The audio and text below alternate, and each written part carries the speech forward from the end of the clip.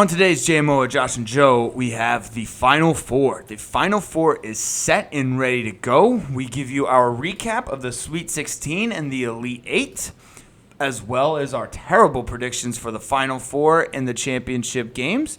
We have our OTDISH segment, On This Day in Sports History, as well as a nice little On This Day in History nugget for you. We recap what's going on in the NBA, including Ja Morant's return to basketball. Dylan Brooks pretty much versus the entire Golden State Warriors. Kyrie is officially a cancer, and LeBron James might have a bionic body.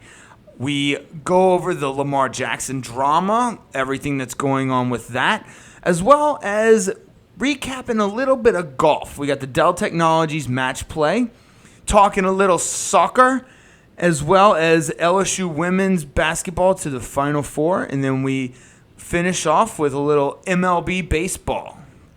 Alrighty, let's rock and roll.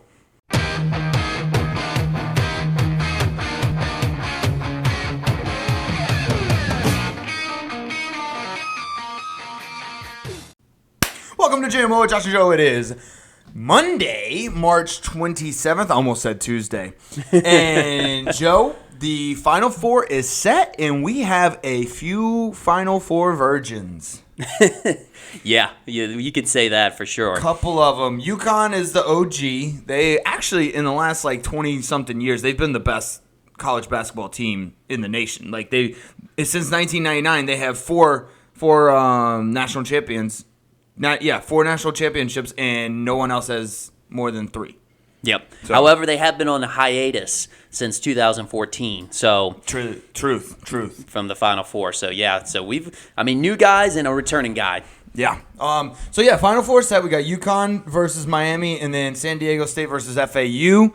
A lot of very, very unlikely teams that I don't think very many people saw being in the Final Four. I know my friend had Miami somehow. I think he just kind of closed his eyes and picked Miami. I think that's what happened there because nobody.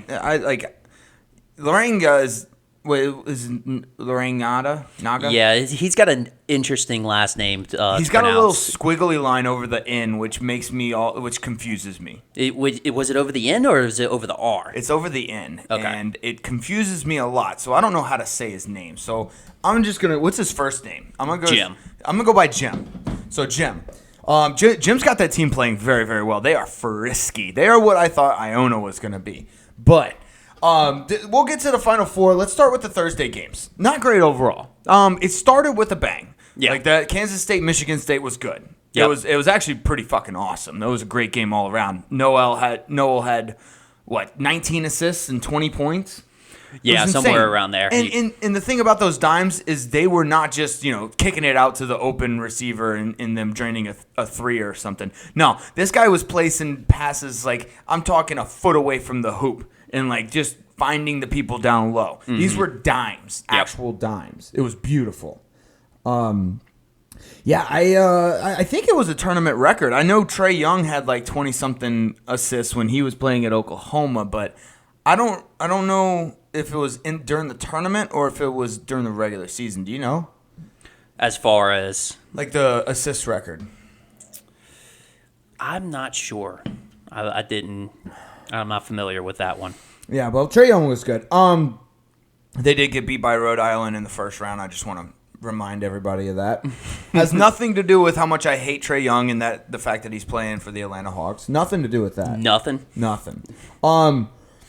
I think it was a great game. I think to just like I said last week, Michigan State just didn't have that much talent. They ran out of talent. Out of talent again. They played their asses off, but Kansas State was just the better team. Yeah. No, I mean, it was extremely close game. Noel had the fantastic strip towards the end of the game. That was big. But, yeah, no, it just, like you said, ran out of talent. And that Kansas State team was good. I mean, they kind of got overlooked a little bit because, they were third in the Big 12, maybe fourth in the standings. But yeah, everyone was looking at Texas out of there, and for good reason. They looked really good, which we'll get to. Arkansas got blown out by UConn. Did not see that coming. Nope. Then FAU dismantled Tennessee, which if we really looked at it, we probably should have seen that coming. But actually, no, because I didn't know. I don't know anything about FAU. I just thought Rick Barnes falls apart every time. I didn't think it would be to FAU. Well, remember if you remember the last game Tennessee had, you could tell Florida Atlantic actually studied some film because Tennessee just bullied their way. Right. Yeah. The previous game they did. Plastic or whatever his name is, he was throwing bows. It was against Duke. Against Duke, yeah. Yeah, he was just throwing bows everywhere. So they were like, okay, we're going to take that part out of their game, and we're definitely not backing down. So, boom, that's it. FAU definitely, you can tell, though, studied that game because they came out with the same intensity and same roughness and kind of bullied Tennessee a little bit. Dude, that, what's his name, Vladislav Golden or something? Vladislav Golden, yeah, their center is a fucking animal. Oh, at Tennessee? No, at FAU. FAU? Yeah, Vladimir Golden. What is it? Vladislav Golden. He's a fucking monster. But yeah, they dismantled Tennessee. Wasn't even a close game from start to finish. Gonzaga knocked out UCLA, and this is like a UCLA versus Gonzaga is always going to be a thing. It's never not, and they're always going to be they're always going to be classics. They knock each other out in the Sweet 16, Elite 8. I think they met in the Final Four one year. It's just the classic Gonzaga, the West Coast matchup. It's beautiful. Yeah, no, this lived up exactly to what the hype we were talking about the episode, our last episode. Yeah, and it was kind of like the tale of two halves. Like UCLA dominated the first half, Gonzaga dominated the second half. Mm-hmm. Yeah, Drew Timme with the 36 points, 13 boards, and then at the ending was just unreal. That was insane. It was wild. Yeah, because what was it? Amari Bailey goes up with a 3 to get put UCLA up 76-75 with 12.4 seconds, and then Julian Strother comes in from the S on the logo and drops it in. This is what we love about March Madness. Beautiful. It's a beautiful thing. Yeah. The Drew Timme still has one more year of eligibility. I know, right? I'm just putting that out there. I mean, Drew, we got a brand new great coach in Mac McMahon. You should think about LSU, bro. Maybe get some warmer weather. A little warmer weather might help with your pasty ass fucking Irish skin. Get you some sun. Yeah. Then we'll get rid of that mustache. Friday was blowouts. That kind of sucked. It was all blowouts. Bama was a giant disappointment. Nate Oates did a horrible job coaching that team in the second half. Can he cash those timeouts in? Can you bet on how many timeouts a team's gonna have left over after the game? Because did Nate Oates bet that they would have 2 timeouts left over after the game was over? I mean, what are you doing? Carrying it over to next season? Yeah, I mean, you saving them for something? Biggest disappointment of the tournament. Oh, for sure. And I'm glad I bet on them because I completely jinxed this team. Mm-hmm. This team would have gone to the national championship had it not been for me. Of course. Yeah. Yeah, the betting gods just saw that you bet that, and yeah, totally went against you on it. But it also doesn't help when you go 3 of 27 for 3-point at the 3-point line, which is your bread and butter, been all year.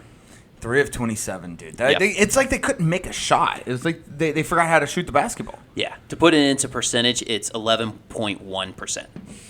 And from 3. 11.1. Whew.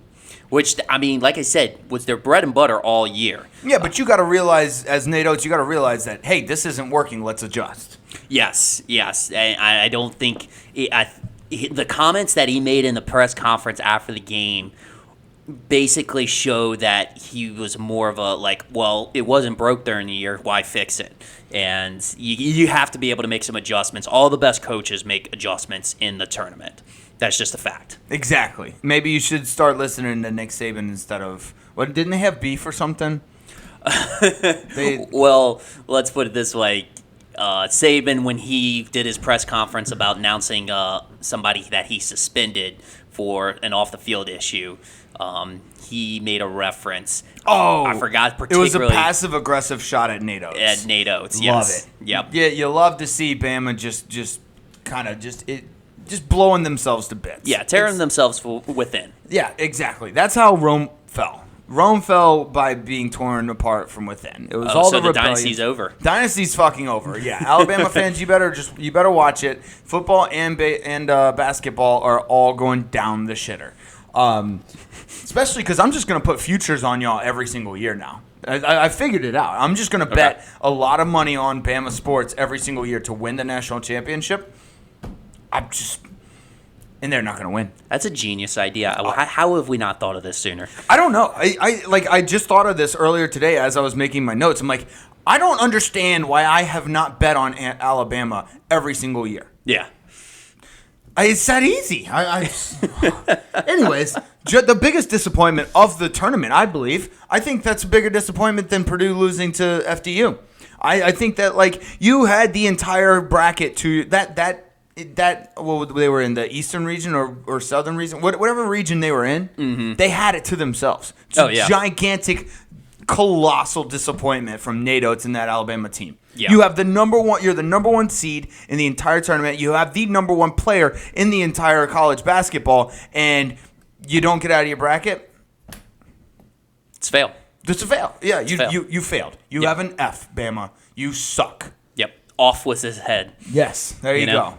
Anytime the coach is in the hot seat, we're just going to go Alice in Wonderland style, just off with his head. Oh, yeah.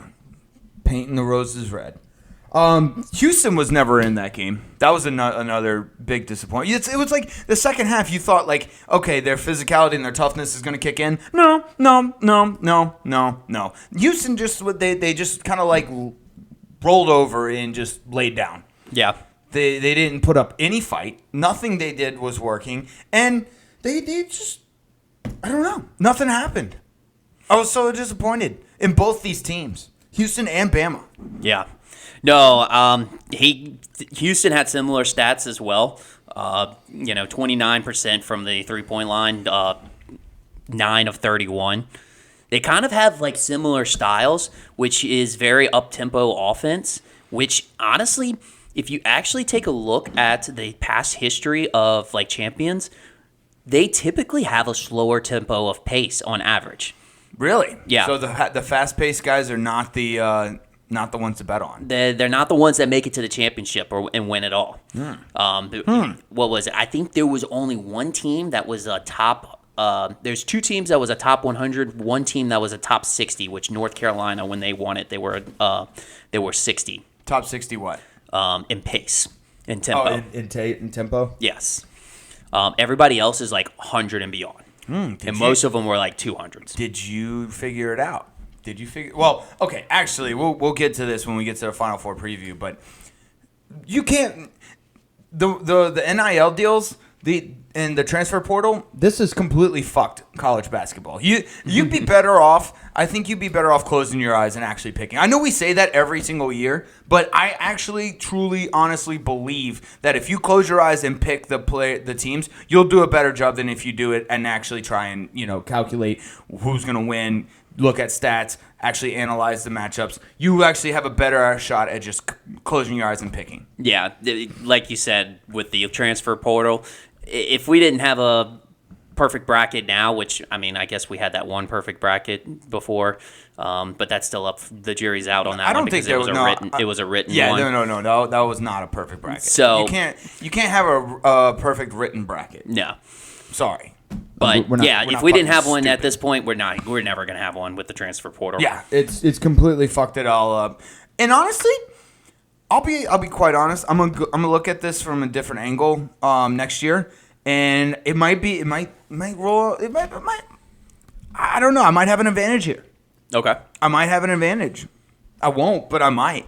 Well, if you just do yourself a favor and bet on all the teams that you want to lose, like bet on them it's winning, a win-win. Then you can accurately predict the whole tournament. Yeah. No, that's true. But it's a win-win because all the teams I want to lose I'll bet on, and they'll actually lose. Yeah, so basically what you just need is you need Warren Buffett to do a $1 million bracket again challenge. And then you bet on all the teams that you think are going to, that you want to, or bet on them to win. And then pick your bracket the opposite of that. Well, and no, then, you're going to have to pick that bracket. Because it won't work if I do that. If you won't work if you do it. Yeah, Okay. it just doesn't work that way. All right, let's see. Princeton's run comes to an end against Creighton. Mr. McDermott. Coach, it was a fine game. It was pretty much how you expected it would go. I was hoping Princeton would maybe pull out some miracle, but, Make it a close game, make too. it a close yeah. game, but no. Good for you little white boys from Jersey. congratulations. Texas looked really good against Xavier. Actually, it's pronounced Xavier. Xavier. Texas looked really good against Xavier. I thought they were going to make it to the Final Four. I don't know. don't know. No, big shout out to Rodney Taylor, though. Took the team to the Elite Eight. Actually got his interim label got removed. Got himself a 5-year contract. Wow. Yeah. So he's going to be coaching. He's going to be the head coach at Texas. Wow. I mean, he did a hell of a job. He did, but I can guarantee you, I know myself is included in this, everyone in the SEC is going to is just not wanting to play Ole Miss. I do not want to play Ole Miss at all. With Chris Beard Chris in town. Beard this is what his team does after 2 years there. Mm-hmm. That's what his team looks like after 2 years. Now, granted, it is a major college program in Texas, but Texas isn't known for basketball. Yeah, No, they're not. They had LaMarcus Aldridge and Kevin Durant those couple of years early on. That's it. They have never won a national championship. Well, they always had Rick Barnes. Well, so that's my point. They're not a. Well, Rick Barnes wasn't going to win it all, but he was going to get them to the tournament every year. They're not a basketball school. They're a football school. Yeah. But yeah, they did look good. Again, everybody in the SEC is not looking forward to playing Ole Miss. Anything else on the Friday games? Sean Miller has not gotten past the Elite Eight Ever? Wow. Even with where was he at? Arizona. Really? Yeah. I could have sworn they got into the Final Four. Nope. Interesting. All right, Saturday games. These were a little bit. Well, one of them was better. The other one was a blowout. For FAU versus Kansas State. Great fucking game. Good game. Good game. It was a good game. Again, Vladislav Golden is a Fucking animal. Yeah. Fucking animal. I'm excited to watch them. We got two South Florida teams. South Florida. Somebody needs to check in on Gonzaga. I think they might actually be dead. They might be dead. I think UConn might have killed them. Oh.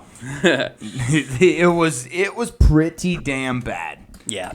I don't know what went on that game. Did you watch it? I didn't watch it. I kind of just saw a little bit of highlights. Yeah, I mean, it was like semi-close in the first half, and then UConn just pulled away, and like Gonzaga couldn't buy a bucket type of thing, and it was just one of those things they were out-coached and out talented, Yeah. ran out of talent. They But ran out of talent. so yeah, no, and the thing is like Mark Few he's got some crazy stats. So he's been at Gonzaga for 24 seasons, minus the season for COVID. He's made the tournament every single year at Gonzaga. He coached Adam Morrison back in the day, right? Yep. Okay. He's been there since 98. 98. Gotcha. So he's been there every single year. He's only been second in his conference twice. Every single other time he's been first. And so he's been pretty consistent, but the thing is he's never won a national championship. He's made it twice. He's made it there, yeah. So I don't know. His teams he has to do more with less. A lot of times, I mean, he's got some talent sometimes. He is doing more with less. It's just join a bigger conference, man. Get in the Pac-12 or something. Like, I'm very surprised somebody hasn't poached him or tried to poach him. I'm sure somebody has tried. Yeah. I think Mark Few just like loves being the underdog. Okay. And that has nothing to do with the mascot. He loves like that. He's like a video gamer. Like he just loves that game that he absolutely dominates and doesn't switch over to like another game because he just loves the dominance that he has in this one game. Well, it's like you with NCAA. Yeah, it's NCAA. When I play NCAA, I'll just make this, I'll take this like lower tier team and make them into a national championship, and then like I'll just stay on that team without like and not switch my other team, or just dominate the whole NCAA game and just never switch. So Mark Few's just playing a video game with Yes. Gonzaga. Okay, Yes. 24 years, 25 years, 24. 24. Okay. Shit, that's a long time. Yeah. Let's see. That's Florida FAU Kansas State game was good. UConn Gonzaga blowout. Sunday games. We got to talk about San Diego State versus Creighton. You gotta let the kids play. That foul at the end. It was a great game. That was just. It was terrorized by a terrible ending. I think, this is just my opinion, I think that if he doesn't extend that arm, I don't think that ref calls the foul. Why not? I think it could be the same contact, but I don't think if he extends that arm, if he doesn't extend that arm, I don't think it looks as dramatic of a fall, or the player can't make it look as dramatic as a fall, and he gets away with a no call there. You talking about the Creighton guy grabbing onto the dude's waist? Yes. I If you notice, he extends the arm. It's not much, but he extends it just a little bit after he releases the ball. So this doesn't really. I didn't think it really affected the ball very much. But you're talking about after he released it. After 'cause he released the ball. What they called it he was pulling down on the player, so it was technically the right call, but it was also technically the wrong call. And here's why it's the wrong call, because if you're not calling that all game, then that's not a call. Okay, that you have to be consistent with the way the game has been called, that have been officiated. If you're not calling those fouls the entire game, then that's not a foul.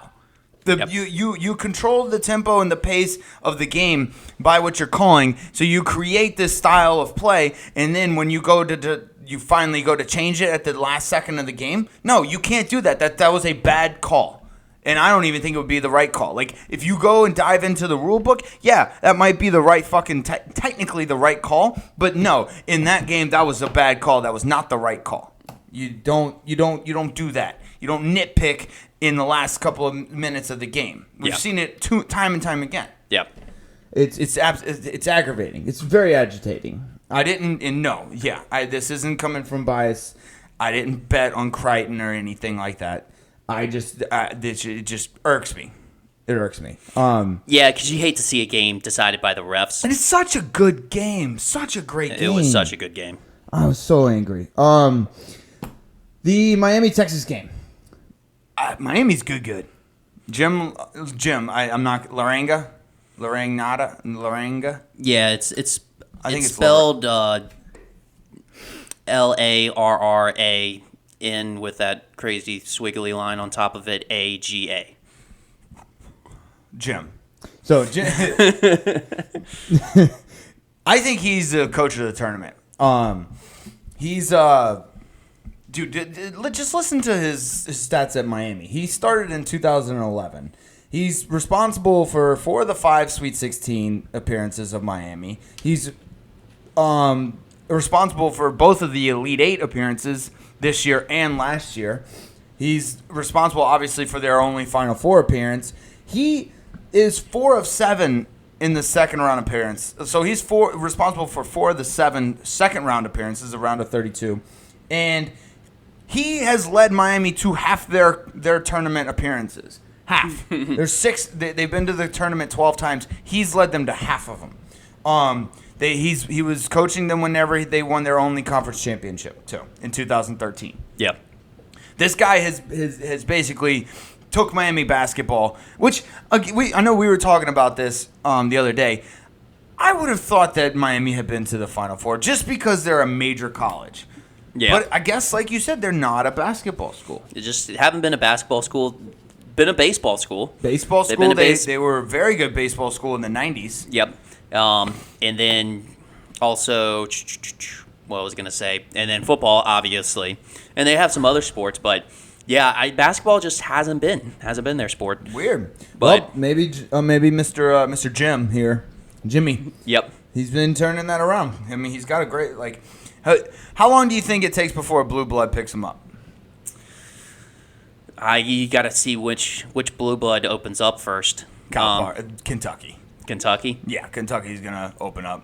Yeah, but the only issue about him is his age. So, like, you're not... Oh, he is, like, 73 years old, Yeah, huh? you're not going to make a long-term investment on him. True. So, like, yeah. He might just finish out his career in Miami. He's building something. Yep. Hell, and if he wins this year, Miami just might empty the bank for him. Oh, yeah. They might as well. So yeah, Miami's good. It was Good game. Miami kind of led the whole time. Well, no, I'm sorry. Texas led. Texas led the whole time. I was just about to say most they of the were. second half, and then Miami went on like a 14-2 run. They had a 13-point deficit they had to come back from. Yeah, that's and right. They came back without making a three in the second half. Oh, I remember that. Yeah, they were down 13, and they didn't make a single tray. It was all like within the 3-point line, and a lot of it was in the paint. They just dominated Texas in the paint. Talk about fundamentals. Jim boy. Jim. good old Jim. This is I kind of want Miami to win it all. Honestly, I'm probably. Actually, let's get to the Final Four. That's a good segue. Okay. We're gonna. It's San Diego State versus FAU, Miami versus UConn. I don't think they want both South Florida teams there. It can't be FAU versus Miami. They like the NCAA just won't allow it because that Why would not? just because I'm here. I'm putting my ratings cap on. Yeah, my ratings that's cap what I is figured. on. The ratings would be shit. If it's FAU versus Miami, the ratings would be shit. You think the rest of the country is going to tune out? They're done. It's just going to be a bunch of Florida people. Yes, that's Okay. all. And honestly, I would rather watch the fans watch the game. Yes. Than watch the game. Yeah. If I'm like Florida people are just the craziest people of all time. Well, half of them would be shirtless. Yes, and probably have pet alligators. Yes. With their babies. Mm-hmm. They would probably nurse the pet alligators with their babies. Interesting, but They, yeah. they do a lot of bath salts. So yeah, I don't think it's going to be FAU versus Miami. I think they'll figure out a way to make sure that doesn't happen. I would like a San Diego State versus a UConn or a San Diego State versus a Miami. I think FAU, while the story is cool, and FAU versus UConn, FAU versus Miami, I don't like either one of those. Yeah. You know what I'm saying? Yeah, that makes sense. I mean, I don't know. I mean, I guess, though, they're the little guy. They're the underdog type of story. But, yeah, I guess San Diego State might be a better game, might be a better name, headline. Let's put it that way. They are favored by 2 right now, and the over-under for that game is 131.5. Low. Very low over-under. I think, honestly, and I'm kind of right there with it. I think the nerves will be there. I think this is going to be a physical game. I think both teams are very physical. So, honestly, I would have to pick the under on that one. Both teams first time in the Final Four too. So Yep. I have no clue what to make of this game. I don't really know what's going to happen. Both teams, like you said, I think the under is going to hit. I think there's going to be a lot of very conservative basketball. Mm-hmm. And I guess it's just whoever scores the more points at the end of the game is going to win. Is that your prediction? Yeah. Okay. Nice. That's. I don't have a clue what's going to happen in this game. Let's see how that pans out. right. Yeah, it would be nice to see an upset, but I think as far as me selfishly, I would like San Diego State to win this. I don't know what you think about the game, but I have no clue. I just want to see a good matchup. Oh, that's so boring. I know, it's boring, but I wouldn't mind seeing Florida Atlantic. I know as far as like the ratings go for the championship game, yada yada yada. When's the last time we really had like a real underdog, like little school? I mean, what would you have to say, Butler? in the championship game. In the championship, yeah, because Florida Gulf Coast didn't go. But yeah, Butler went. Yeah, so like a small school like that, I would, that's the last time we've had really something like, to the size of Florida Atlantic. So I wouldn't mind seeing them go, but I don't know. I think San Diego State's got the advantage on that one. Miami UConn. This is the one I can't wait for. I think this is going to be a great fucking game. Both coaches very good. I think there's some star power too with Hawkins versus Wong. Yep. I wish this is the matchup I wish I could have seen in the championship game. Yeah. This is what I would have. Picked. They're fairly evenly matched. I think UConn has the slight advantage. They have an advantage on the boards. Now down low, UConn will definitely have an advantage. I'm gonna pick UConn to win this one. Even though I love Jim, let me just specify. This is my betting brain betting on UConn. I want to see something fucking crazy brain. That's Miami. Like Miami, San Diego State. That would be a great matchup. I would love that. I would also like UConn and San Diego State, but I think Miami, San Diego State would probably be the most fun. I also, like I said, I'm betting UConn. Yeah, no, UConn's got a really good coach in Dan Hurley. He's done some really good things to turn that program around, and he's also a legacy. His dad used to be a very good coach. His brother coaches too. Yeah, and his brother coaches too. So he comes from a kind of a legacy family. But I do think UConn minus 5.5 is a little high. It is a little high. I stayed away from that one. I actually pressed very hard on the under, which is a 149. Yeah. I know both teams are going to score, but it's the Final Four. They're going to be, the intensity is going to be there, the nerves are going to be there. I think the defense will win on that one. I'd slam the under on that one. Slam the under. I think I would pick the over, but like I said, betting UConn. What are you betting? I went UConn, but as far as if I was to bet the spread, I would go with the give Miami 5.5. Yeah, I think I would go. I think I would bet the Miami plus 5.5 as well. I think it's going to be a very close game. So UConn versus San Diego State, I guess, is what we both got. Yeah. Or do you have Florida Atlantic? Give me Florida Atlantic. Okay, so UConn versus Florida Atlantic and UConn versus San Diego State. I think UConn takes it all. Yeah, I think UConn will take it. Either way, I think the winner of the Miami versus UConn game is going to win it all. Yeah. That's probably what's going to – and I think it's going to be UConn. So yep. I'm pretty pumped. I can't wait for both of these games. You got a couple of decent storylines. It's not like you got any blue bloods. I guess UConn you might say is kind of they're experienced. They've been there.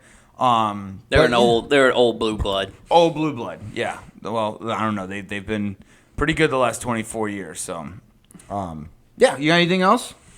That's about it. All right. Well, next week we will definitely recap the the Final Four in the championship game. Let's get on to OTDISH on this day in sports history. I'll start. On this date in 1931, John McGraw says night baseball will not catch on. What a fucking idiot. I don't know who John McGraw is, but he might have the brain the size of a mouse. Do you think that was maybe the first worst take of all time? That he might have started bad takes. Bad takes, yeah. He originated the bad take. Yeah. John McGraw. Fuck whatever else he says because he's the originator of the bad take. I learned from him. We could probably just start terming that as the thing of worst take. Like, oh, dude, don't McGraw it. You McGrawed it. Yeah, McGraw everything. Yeah. Okay. Well, especially betting advice. Yeah. You McGraw the betting advice all the time. Ooh, I love it. Okay. Yeah. All right. So we just made it into a verb. Yeah, McGrawing. All right, what you got? All right, on this day in 1939, This is also kind of going into what we've been talking about today, a little bit of the theme of the episode. First NCAA men's basketball championship was today. The University of Oregon beats Ohio State 46-33. Definitely an unders game. Yeah, in 1939. I wonder what the over-unders would have been like in those days. I mean, that's like 70. Over-under set at 55. What? Overhit. Surprisingly. Surprisingly overhits. Yeah, it's in 1939. That was the first championship. Good for who? Oregon. Yeah, Oregon. But OSU had the most outstanding player of the tournament, Jimmy Hall. Jimmy Hall. They probably did of the tournament, so it probably wasn't just that game. I was about to say why wouldn't you give it to an Oregon player? But yeah. In 2007, NFL owners voted 30-2 to make the video replay system a permanent officiating tool. 2007. Yeah, that's a little later than I thought. I figured they would have used that earlier. Don't you think, or did you think that's about right? I thought they were using official video replay way before that, and I thought it was official, like, late 90s. You know what? 2007 kind of reminds me, maybe that was about the time cell phones got really popular, so people were probably recording the games and being like, and that's when they were starting to post stuff on Facebook or MySpace. That's and was true. Like, and then pointing out like, oh, dude, that was a mistake. So now they had to counteract and be like, okay, hey, we need to do our video of our own. That's true, because YouTube was really catching ground. That was back for when My New Haircut was out. Yes. The Rapist in Lincoln Park. Yep. That was a good one. What was another one? The Who All Seen a Leprechaun Say Yeah. Yep. Yeah. Oh, back in the baby days of YouTube. Yeah. So you actually got a good point. People were just like looking around, like, hey, found this video on YouTube. Look, they missed the call. It was bad. Because when the NFL starts looking bad, that's whenever they start making changes. You know. Right. And whenever, yeah, true. What's your next one? All right. In 1998, the Chicago Bulls versus Atlanta Hawks matchup at the Georgia Dome in Atlanta draws a crowd of 62,046, largest of any game in NBA history at that time. Bulls win 89-74. 98. Who was on that Atlanta team? I'm kind of curious too. That was the Bulls' last championship with Jordan and Pippen and all them. Yep. I wonder who was that on the Atlanta team. I don't remember. It's a good question. Yeah. But nice. That's some homework for everybody. You know. Yeah, that's a big crowd. You can go check it out. Good deal. Okay, We're gonna add in a on this day in history, so not sports related. On this date in 47 BC, all the way back to BC. Ooh. Cleopatra was reinstated as Queen of Egypt. One of my favorite little fun facts is that we are closer in history to Cleopatra than she was to the pyramids. So when Cleopatra was born, the pyramids had been built 2,500 years prior to Cleopatra. Wow. And we are, I'd say, a little over 2,000 years after Cleopatra. So, yes, we are closer to Cleopatra than she was the pyramids, which is weird to think about because you'd think that, like, Cleopatra was, like, she would probably help build the pyramids. Yeah, something like that. In my brain, she helped them. But no, during her reign in Egypt, they had, like, basically like we have today, they had thousands and thousands of people, of tourists come and look at the pyramids, like, just to check it out. Like, just hang out and look at the pyramids. So, yeah, a little fun fact for you. Wow, those pyramids are old. Old as fuck. That's why it's like the aliens fucking built those things. I read a bunch of details about those pyramids, and there's just like the way they're aligned, like to the tenth of a degree, pointing like due north. I don't know the details, but like if you read about them, there's just absolutely no way that old Neanderthals could fucking build that shit. No, they didn't have the technology. No, they did not. Absolutely not. You need spaceships to fucking build that shit. Hence aliens. Yes. What do you got?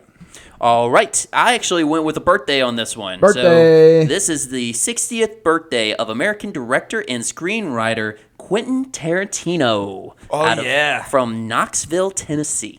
Weird guy, but hey, he makes banging ass movies. He makes some interesting and banging ass movies. He's got a giant foot fetish. Yes. There's always a foot. There's always a foot something in his movies. Yes. I figured that was very, very apparent in Once Upon a Time in Hollywood. Mm-hmm. There was I can't remember the vampire movie that he played in, but he wrote, or he had some, he didn't write it, but he had some influence in the movie. For the life of me, I can't remember what this, Dawn of the Dead or something like that. Mm-hmm. And he wrote it to where like a stripper puts her foot in his mouth. Ooh. Yeah. Interesting. So. Well, he's about to do his 10th movie and final movie, isn't he? Oh, he said his seventh movie was his final, or his 8th movie, The Hateful Eight or whatever it was. Oh, yeah. He said that was going to be his final movie. No, he's going to keep making movies. He's addicted to making movies. Okay. The great thing about Quentin Tarantino movies is his giant, enormous attention to detail. Yep. It is absolutely insane. If you watch Inglourious Bastards, there's so many different things. There's so many scenes where you could just tell. His attention to detail is impeccable. Whenever, God, I can't remember the name, but whenever they're counting with their fingers, the German notices that the American counts with his pointer finger first instead of the thumb, which is custom in Europe. Yep. That's how he figures out he's American. Unreal. Yeah. It's wild. Great director. Yeah. All right, if that's all you got, we'll move on to the NBA. Mm-hmm. The East is pretty much set. The Bulls are going to be the last play-in team. I don't think the Pacers or anybody else is going to catch them. Now, the fucking West, the 4th and 12th seed is still separated by four games. Wild. And somehow Denver still hasn't clinched. I was trying to look into that because both Denver and the Memphis Grizzlies both are clinched divisions. Does that mean I don't know? I'm not familiar with the ESPN layout or anything, but does that mean they still haven't clinched the playoffs? Just like we talked about last week, I don't think the divisions matter anymore. It doesn't. They don't matter at all. Yeah, but is that just like they're like, oh, they've already clinched the playoffs, but they also clinched their division type of thing? I don't know. I don't get it. I don't know. It makes no Fucking sense. Just somebody explain it. They are kind of hobbling into the playoffs, if I'm being honest. Like they're on like their last 10. They're either like 4-6 or 5-5. Not the best, Away team, they're about 500. They're 19-18 away, but their home record's 31-6. So they better clinch on to that number 1 seed. Yes, they need the home field advantage for sure. Let's see. The Mavericks got the cancer. I will say this. Okay, this is big. This is big because we were fighting and arguing over this for a while. Yes, you can be a cancer and still have won a championship. LeBron James was the chemo and the radiation that made it dormant, or whatever you call cancer that goes away for a little bit. He came back and he destroyed a competitive franchise, all within like 2 weeks. Yeah, Kyrie. Sorry, yeah. Yeah. No, yeah. It's just, I mean, what is it? They're on a 4-game losing streak. I think they just won tonight, though, which may have broke that. Well, they were playing Indiana, though, so yeah, that doesn't really count. And then they've been 3-7 in the last 10 games. Ugh. And they're not having fun. They're not having fun out there. No, Luka said it. He said it best. He's just not having any fun. He's not smiling. He's not having fun. So he only smiles whenever the ref blows a call. That's it. And it's one of those little just prick smiles too. Yeah, it's like you missed a call. Mm-hmm. I hate it. So yeah, you were right. Kyrie is a cancer, big time cancer in the locker room. Destroys franchises, and it doesn't take long. When are people going to realize that just because you got talent doesn't mean you're going to be good for a team? the whole team just looks dysfunctional now. Right? They look lost. Yeah, because it went from a team that was like Luka and supporting cast to like Luka and Kyrie, but nobody else. It's like they lost their identity. Mm-hmm. They traded away Spencer Dinwiddie. Yeah, they traded in one other guy I can't remember right now off the top of my head, but they traded away. Those are like core role players that are very, very talented, and know their part. Now they just they don't look like they forgot. They look like they forgot how to play basketball together. Yeah, It looks weird. We need a Golden State versus Memphis matchup in the playoffs. yes, We have to have this. This has got to be a thing. I like. We need to like somehow like maneuver it to where Golden State gets in the play-in game and they get the 7th seed, so they have to play number 2 Memphis. Mm-hmm. Like I don't know how else to do. How else to? It has to be done. And what are you gonna say? I was gonna say, like, if the NBA wants to set a record for ratings, TV ratings on a particular matchup or series, NBA series in the playoffs, that's it. They have to. 100%. And honestly, dude, here's my. I would be completely entertained if they just did this. If they both meet in the playoffs, just have Draymond Green and Dylan Brooks bare knuckle box each other for 7 rounds, and whoever wins, that team moves on. Either that or Klay Thompson. Throw like Klay Thompson in there too. Him true. and Dylan Brooks have had beef. Like Yeah. it's fun. It's gonna be fun if they play each other. Dude, throw in Looney in there too. Looney and Jaren Jackson Jr. can fight. Yeah. Let's just have both teams just brawl. Mm-hmm. Just brawl for like 7 minutes or something, and whoever has the most teammates left standing wins. Yeah. So has Dylan Brooks overtaken the title of villain of the NBA from either Draymond or Pat Bev? I don't know, because Pat Bev really like upped his game with the LeBron James, The little thing. the small man, Little boy. LeBron James. He is no longer 6'9" or whatever the fuck he was. He is a little boy now. Pat Bev straight up said it. I love how he didn't take long to be completely against LeBron. Like, it did not take. It's not like, oh yeah, hey, we used to be teammates. We still cool and everything. It's like, no, you're done. You're cut off. I think the moment he stepped into Chicago, he circled those 2 days because the Lakers, they play each other back to back. Mm-hmm. And I think he circled those 2 dates and he just wants LeBron. Is this why I love Pat Bev? Yeah. This is amazing. They're amazing. Yeah. But Dylan Brooks, he's not. He's just a shit talker. He's not funny. Like Draymond Green, he's kind of funny. Pat Bev is hilarious. I think Dylan Brooks just needs some comedy. He needs to find some comedy. Yeah, because what was it? He went to Theo Pinson of Dallas and called him a cheerleader. He's like a cheerleader, and Theo actually had the better response. He was like, I own a lot of real estate. So, that was funny. But, like, Dylan was like, okay, that's weird. He's just calling him a cheerleader, whatever. Yeah, it's all just kind of weird, and I feel like it came out of nowhere, right? Yeah. It was just like, I guess they played each other, and they got mad at each other. Like, Dylan Brooks, bro, there's tons of shit talkers in the NBA. Mm-hmm. And yeah, I know Draymond Green's face looks weird, but like, and he's a mouth breather. He has his mouth open all the time. But like, come on, that guy, he's notorious for fucking shit talking. That's the guy you're going to succumb to. That's the guy who's going to break you. Just be funny about it now. Yep. Give us something to talk about. Because like, if you're going to shit talk like that, it's just going to make you look bad if you keep embarrassing yourself. Calling people a cheerleader, come on, man. Yeah. That's Bush League. That's what I did in 8th grade. Yep. So, factor cap. All NBA defenders, or all villains are NBA defenders.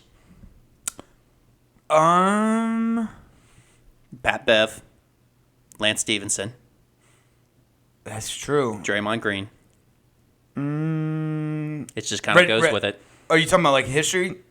Just overall in history, like NBA villains have typically been defenders, but Reggie Miller was one of the best shit talkers of all time, and he was one of the most prolific 3-point shooters. So it's maybe shifted a little bit because Larry Bird used to be a shit talker too. Okay, there might be a shift. Like the back in the 80s and 90s, it was the offensive players. Now we've had an adjustment period in the 2000s. Now we're at the teens and the 20s. It's defenders that are the shit talkers. That are the big shit talkers, the big villains of the NBA.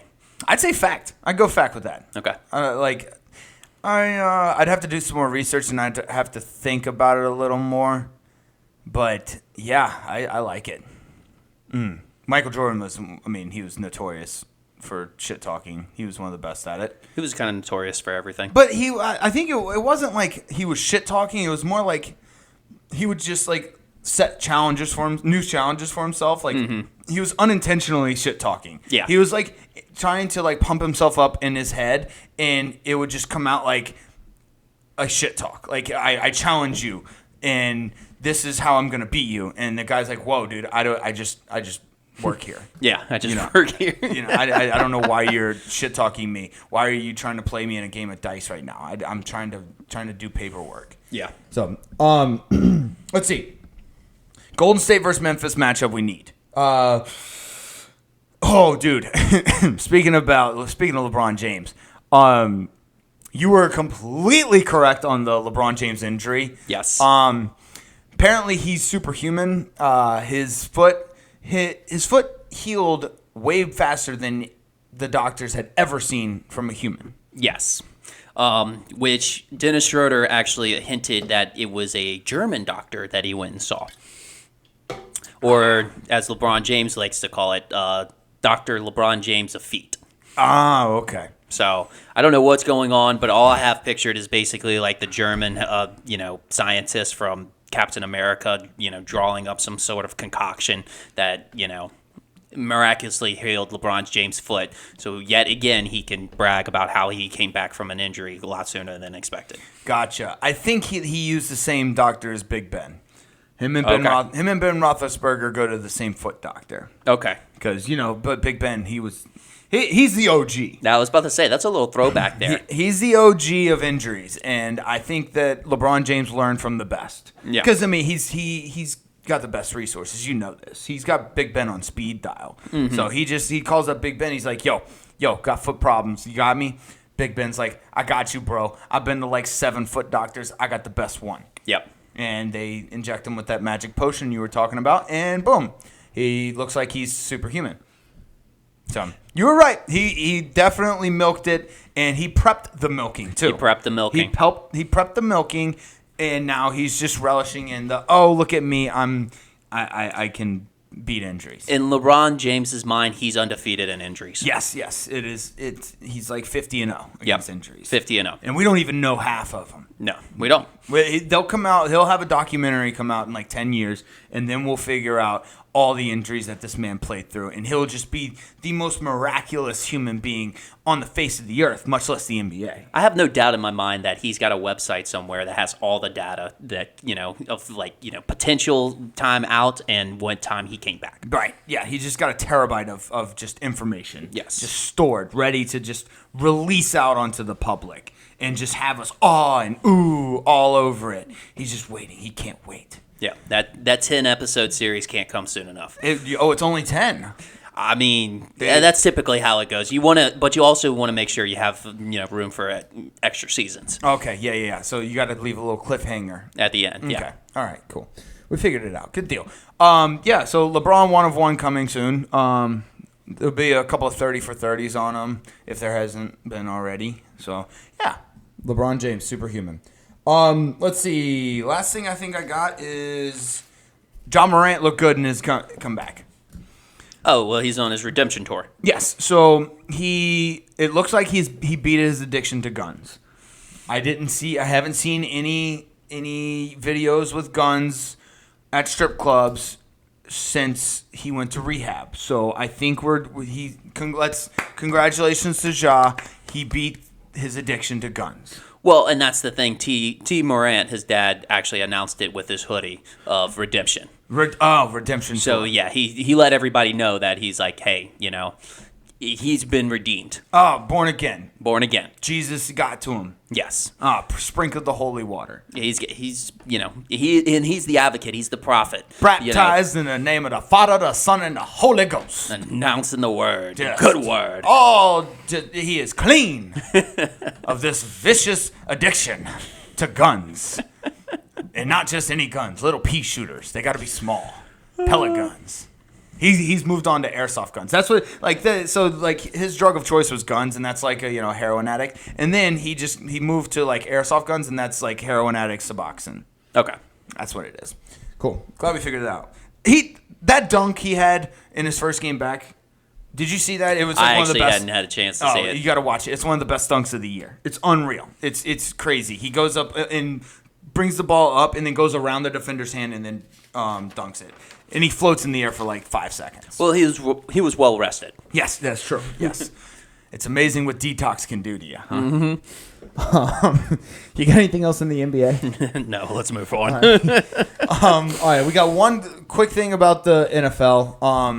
Lamar Jackson drama. Apparently, he requested a trade on March 2nd, and it's just now coming out and being public knowledge. On the same day that John Harbaugh in a press conference said that we are confident Lamar Jackson will be our quarterback next year. Yeah, there seems to be some miscommunication. Something's not getting relayed over. I think that, did his fake agent say that?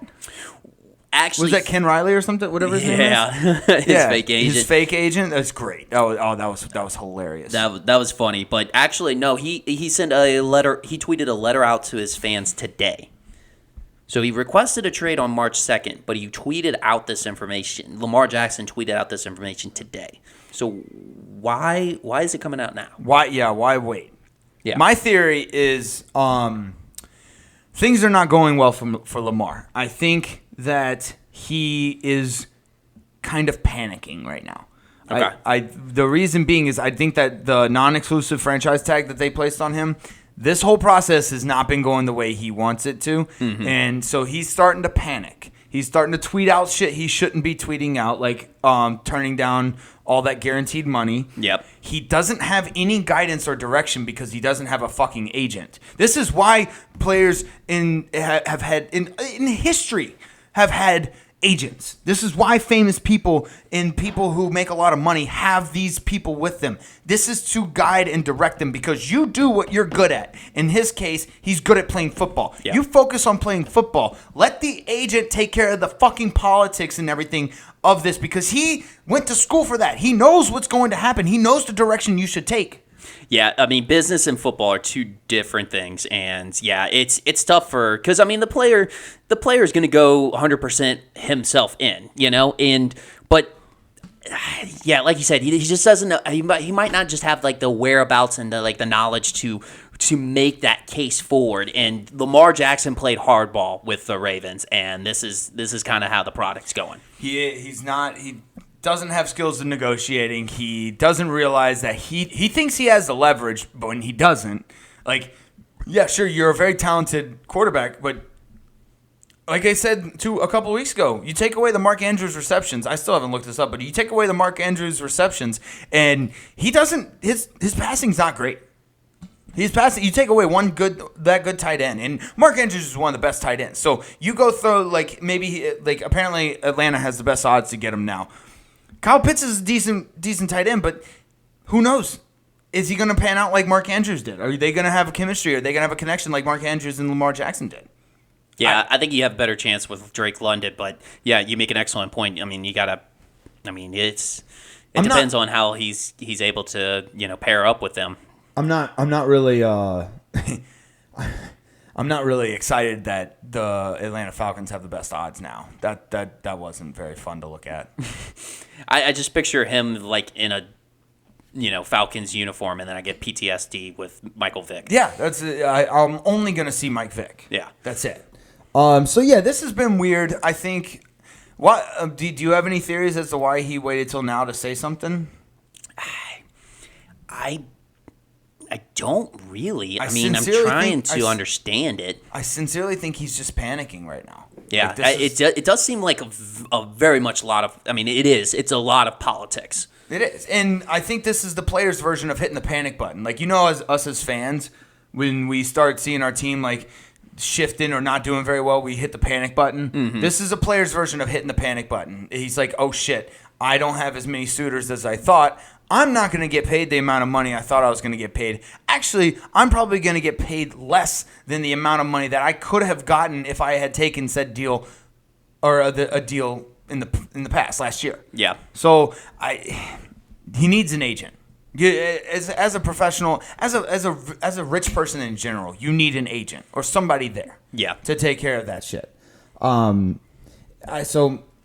I don't know. We'll see how. I hope he gets paid. He's a great talent. I just really hope Atlanta doesn't pay him. Yeah. No. Yeah, you're right. I think he just needs kind of some guidance to kind of help him, because I think he deserves to be in the league. He deserves to definitely get a big payday. I mean, he's an MVP in the league. I just, maybe a Ken Francis can help lead him. That's who it is. Ken Francis. Ken Francis. Okay. But yeah, again, this is a product of Deshaun Watson, Russ Wilson, and who else? Deshaun Watson, Russell Wilson, and Kyler Murray. Kyler Murray. It's not those quarterbacks' fault. It's the team's fault for paying them and just completely fucking up the market. So it's the consequences of it are being basically forced upon Lamar. That's what's happening. Which is unfortunate because he didn't really do anything but play his ass off. Yeah. You got anything else on the Lamar drama?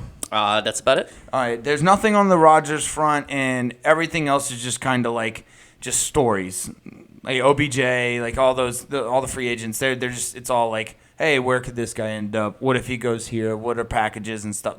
So nothing really else on the NFL front. Really, just real quick. Our boy, LSU boy, Sam Burns wins the Dell Tech match play. It was fantastic. It was him versus, I think, Scotty Scheffler. And then, Scotty Scheffler leading up to the championship. Yeah, no, hang on. The semifinals was him and Scotty Scheffler versus, and then, him versus Scotty Scheffler, and then Rory versus Cam Young. Both the semifinal matches went into extra holes. That was fantastic. It was awesome. The announcers wouldn't stop about how good a friend Sam Burns and Scotty Scheffler was. It was just like by the end of it, I thought Sam Burns and Scotty Scheffler butt-fucked each other. I really did, because just the way that the announcers were just oozing over their friendship. They're like, oh, yeah, they were just hanging out last week. They were seen spotted on their yachts. Their families hang out with each other. Like, what, did they bang each other? Shit. It was the entire time. Maybe the commentators were jealous. Maybe. They wanted to be friends with Scotty Scheffler and Sam Burns that bad. Yeah, they were jealous of their friendship. And the Rory McIlroy Cam Young matchup was amazing, dude. All it was both of these guys were just, they're known for their drives. Mm-hmm. They were just ripping fucking drives. I'm talking like 350, 375 yard drives. Rory McIlroy had a drive that carried 349 yards. Jeez. I think it was on Saturday, but yeah, he had a drive that carried 349 yards. Good people that drive is like the equivalent of like 3-point shooters, like your Steph Curry's and your Trae Young's, people that just throw the ball up from like way downtown. That's what I vision, like, with golf and, calculating it into different other sports terms is like a good driver is like, a good 3-point shooter. Or a good home run hitter. It's like every time you watch Aaron Judge come up to the plate. Exactly. Like, I want you to just spank the ball out of the fucking park. He might be just doing terrible that round, but if he's just smacking the ball, like just 349 yards, like you said, like it's just going to be fun to watch. Or like a Devin Hester on kickoff returns. Yeah. It's fun. It's awesome because you're going to get something exciting. Yes. So that was talking golf. Let's get to talking soccer. I know we got away from this, but let's get back to it now that football's over. Talking soccer. Yeah. I'm going to. I know I say this every single year, and I've been saying it for fucking years. I will get into soccer. Okay. I will get into soccer. One thing I wanted to say, Ronaldo is on his way. I think this is what I was supposed to look up. Ronaldo is on his way to becoming the first footballer to make 200 international appearances. That's if he stays healthy. If he stays healthy, he will break the 200 mark in the 2024 Euro qualifier. Okay. That will be on June 20th. It's a long against career. Iceland in Reykjavik. Okay. Yes, and he will remain on Portugal, despite, you remember the World Cup ending where he got benched against Morocco? Yes. Yeah, he will, despite that benching, he will remain on Portugal. So they worked it out. I guess so. There was a sour note. It was weird. It's like you never see Ronaldo going to the bench. Yeah, Messi's still better though. Messi's still the GOAT. Messi's still the GOAT. Okay. You know what? I'm gonna comprise of an entire essay or stat sheet of just proving why Messi's the GOAT. I'm gonna do that. Yeah. In other news, Antonio Conte leaves Tottenham after 16 months being with the team. This is Tottenham's manager. This is fucking hilarious because this is how everyone wants to quit their job. He literally bitched out all of his players and told them they were selfish, yelled at them, and then left and then quit. It's like that's how everybody wants to quit their job. Yeah. You just want to give a big fuck you. You dream about it. You know, you're at a job you hate. You just want to give a big fuck you, yell at the manager, tell him everything that you have been talking to yourself about in the shower whenever you're just talking about all your work problems, and you just leave. What a legend. Legend. Legend. He worked there for a year and a half and was just like, fuck you guys, I'm out. Yeah, like, I mean, heck, the chances of him coming back weren't very high to begin with, so, like, why even try to even improve that? Yeah. I mean, just fuck it. He basically called them little bitches and then left. That's awesome. It's great. Let's see. Oh, I read a news line. It was just I read the line, the headline, sorry. Arsenal and Liverpool to battle for the Spanish Jude Bellingham. His name is Gabriel Vega. I don't know what those words mean, but let's go fucking Liverpool, baby. So Jude Bellingham? The Spanish Jude Bellingham. So the Spanish version of Jude Bellingham. Okay. I also have no idea who that is either. Yeah. No, I mean... Is he good? I think he's supposed to be pretty good, right? I figured, like, you would use, like, Lionel Messi or, like, you know, Ronaldo. Bellingham, he's probably English, right? Anytime there's a ham at the end of a last name, I just think of Buckingham and Palace, and then think of England, like fucking Mary Poppins. Yeah, England. they're big ham eaters. Uh-huh. They're big ham eaters in England. Okay, all right, gotcha. I didn't know that. Gabriel Vega. So that's who we're fighting for against Arsenal. So fuck Arsenal. Okay. Let's go Liverpool. Alrighty. Last thing I have for soccer is my favorite thing. They say instead of getting fired, they say they got sacked. Yeah, I remember that. We discussed this, but I just wanted to bring it back up. They sack their managers instead of fire them. Yeah, that's one of the best things. It's great. Yeah. I love it. And here's the thing. I was thinking about it. I'm like, man, why don't we do that, incorporate that in America? I kind of like that it's only European. Okay. You know what I'm saying? Like, I like in America saying, you're fired.